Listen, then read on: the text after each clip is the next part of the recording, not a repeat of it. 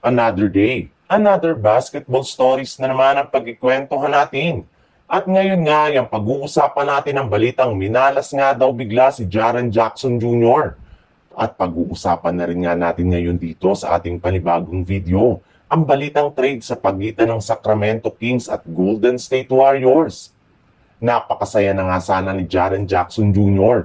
Mula nang tuluyan na siyang papirmahin ngayong off-season ng Memphis Grizzlies ng bagong contract extension na nagkakahalaga na mahigit sa 5-year, $240 million o aabuti ng $48 million kada taon.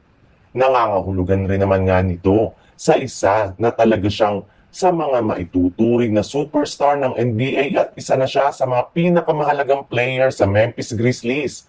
Ngunit isang araw lamang nga mula nang makakuha siya dito ng malaking kontrata ay agad rin naman nga silang nagkaroon ng napakalaking problema matapos siyang magtamo ng injury sa kanyang kanang paa habang siya ay nagbabasketball. At ang malala pa dyan, kakailanganin nga nito na sumailalim sa isang operasyon para may saayos ang kanyang injury. As of now nga, ay out ito indefinitely sa lineup ng Memphis Grizzlies at hindi pa nila alam kung kailan ito makakabalik sa kanilang team since mukhang matagal-tagal nga ang proseso ng kanyang recovery. Kaya no choice nga ang kanila kundi maghanap muna ng pansamantalang papalit sa kanyang pwesto kapag nagsimula na muli ang kanilang kampanya.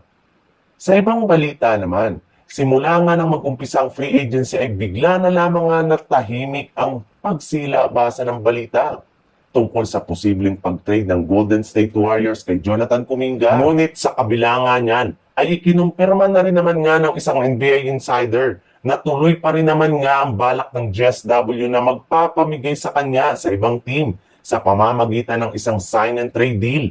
Marami na rin naman nga silang mga kupuna na kinakausap ng mga nagdaang araw at isa nga sa mga team na pinaka-interesado sa kanya ay ang Sacramento Kings na nangangailangan ngayon ng isang batang player na magagamit nila para sa future ng kanilang prangkisa. Yes, posible nga daw po na tuluyan ng mag-rebuild ang Kings at gawin nila si Kuminga bilang kanilang bagong franchise player.